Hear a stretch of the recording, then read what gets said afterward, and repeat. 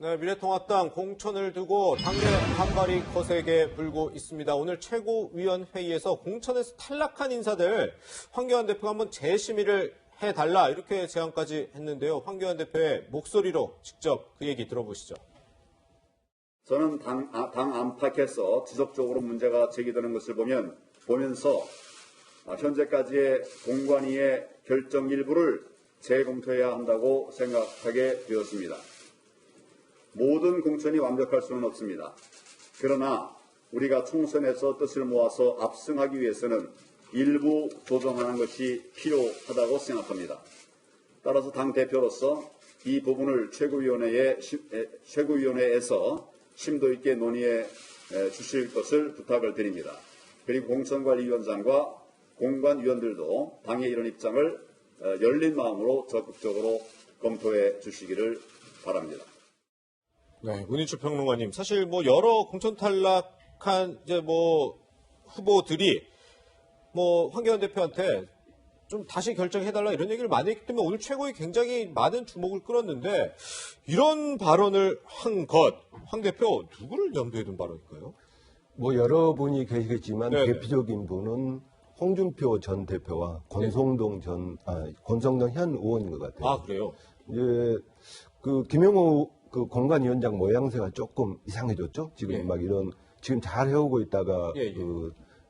당 대표가 또 이렇게 제안을 하게 되니까 네. 모양새가 이상해졌는데, 근데 우리 그 한번 반추해 봅시다. 우리가 초유의 대통령 탄핵이라는 일을 겪었거든요. 그렇죠. 그런데 그게 밀란이나 쿠데타에서 일어난 게 아니에요. 예. 우리 정해진 법과 제도 내에서 일어났거든요. 그렇죠. 그래서 우리 사회가 성숙한 거예요. 그대로 혼란이 없었잖아요. 만약 법이 아닌, 제도가 아닌 다른 걸로 했다면 우리 사회는 정말 그 혼잡은 말도 우리가 상상할 수 없을 정도로 컸을 거예요. 근데 권성동 의원 같은 경우는 이 법에 따라서 본인이 법사위원장이었거든요. 네. 그래서 소추위원은 나갈 수밖에 없었어요. 예, 그렇죠. 그런데 김용호 공관위원장이 진박 때려치기는 그건 박수를 받았는데 네. 또 멀쩡한 반대편 사람까지 이렇게 쳐버리니까 이건 또 논리에도 안 맞고 그런 또 법적으로인 거나 그런 거에도 안 맞고 그런 것 같은데요. 네. 이제 황교안 대표는 이 상황이 이게 만만치 않겠다. 네. 이대로 두면 안 되겠다. 그래서 네. 나름 공관위원장 제지에 들어간 게 아닌가 네. 그렇게 생각이 듭니다. 그렇군요. 네, 오늘 이 최고위 결정에 홍준표 전 대표가 어떻게 반응할지도 주목되는데요. 홍준표 전 대표 오늘 SNS에서 황교안 대표와 김형호 공관위원장이 공모를 했기 때문에 바로잡을 가능성이 제로다 이런 식으로 이야기를 했습니다. 변호사님, 홍 전 대표가 만약에 공천 번복 안 되면 대구 수성구 을에 출마하겠다고 했는데 왜 이곳일까요? 예상되는 수준이 아니었을까 생각이 들고요. 무소속 출마를 하기로 이제 결심한 상태다. 이제 선언만 남았다라고 생각이 드는데 일단 다른 지역 같은 경우는 혹여라도 더불어민주당과 경합을 있을 경우에 미래통합당 후보와 표를 분산하게 되면 혹여라도 다른 당 후보가 어부지리로 당선될 가능성을 배제하기 어렵다는 점을 생각했던 것 같고요. 홍준표 대표는 이렇게 이야기하고 있습니다. 박근혜 대통령을 이어서 대구 정치 1번지에서 앞으로 더불어민주당과 또는 대권주자로서 활약할 사람은 나밖에 없다. 네. 그렇게 이야기하고 있고 지금 대구 수성구 을이 대구 정치 1번지이기 때문에 상징성을 가지고 있다. 다른 당에 어부지리를 주지 않기 위해서 내가 여기에 출마를 하겠다. 이렇게 이야기를 하면서 명분을 쌓아나가는 것이 아닐까 생각이 드는데요. 네. 무소속 출마는 정당 정치에서 안 된다라고 황교안 대표가 직전에 이야기를 했습니다. 네. 하지만 무소속 출마에 어떤 여러 가지 명분을 쌓기 위해서 가장 최적화된 장소는 지금 대구다 이렇게 밝히고 있습니다. 그렇군요.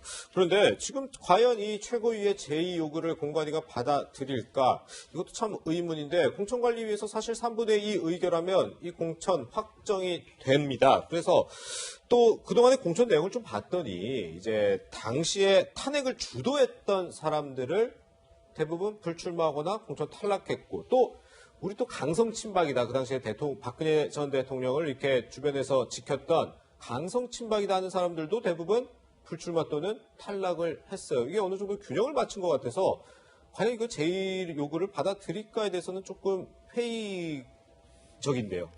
저는 받아들일 수밖에 없다고 봐요. 받아들일 수밖에 없어요. 김종인 전 의원을 이제 선대위원장으로 지금 영입을 하려고 하는데, 그렇죠.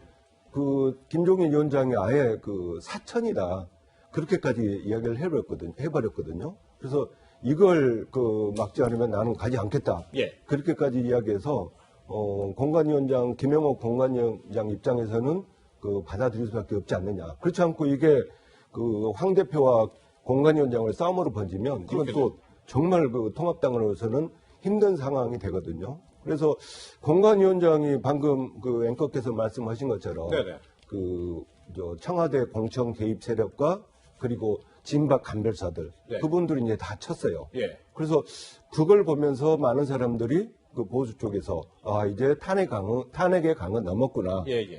유승민 의원 표입니다마는 그걸 인정을 했어요. 네. 근데 어제 김영호 공관위원장이 기자 간담회를 했었죠. 네. 예정협정 간담회를 했었는데 좀 문학적인 표현을 쓰시더라고요.